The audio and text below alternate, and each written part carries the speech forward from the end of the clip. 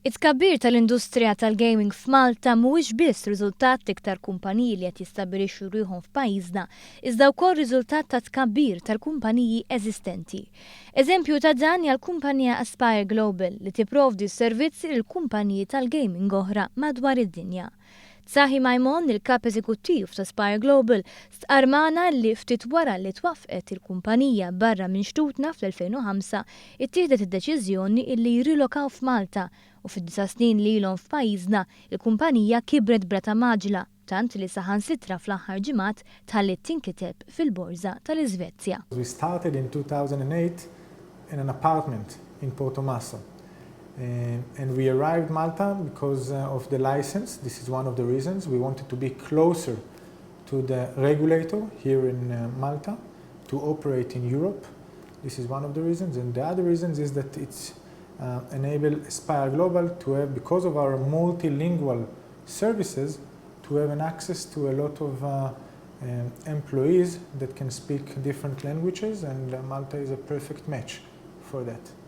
Aspire Global għandha 6 liċenzji biex topra f'pajjiżi differenti fosthom pajjiżna, iżda l-għażla dejjem baqgħet Malta. Majmon saħa li tul is-snin l-operaturi raw is-settur tal-gaming Malti jikber biex jilqa' kumpaniji ġodda u dan kien jeħtieġ li r-regolatur jadatta għalihom.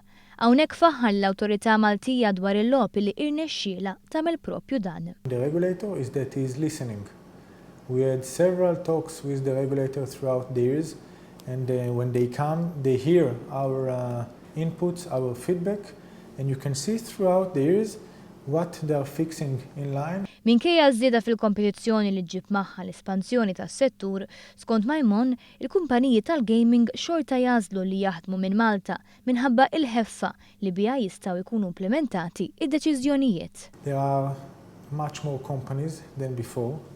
The competition is harder, but I think that on the other side, when you talk and face with the regulator and all the other partners, so it's enabling you to have a distance from decision to implementation much faster than if we were not here in Malta. So I think that it's improving and giving us an option to proceed fast with decisions we are making. Stqarmana li l-ikbar sfida l-kumpaniji tal-gaming hi li jżommu l-ħaddiema milli jmorru jaħdmu ma' kumpaniji oħra u għalhekk jippreferu jħaddmu ħaddiema Maltin minħabba l-lealtà tagħhom. We find, and there are a lot of them, good ones. Yes, we find, and they don't need to have any special training because we train them. We have all the training sessions, so we find it. We just want talented people, not more than that. I can tell you that where we can have Maltese employees, we are choosing the Maltese just because of their loyalty. 26% tal-150 ħaddiem ta' Aspire Global huma Maltin, iżda hemm laċ biex din il-figura tiżdied u iktar Maltin jitħajru jaħdmu fis-settur.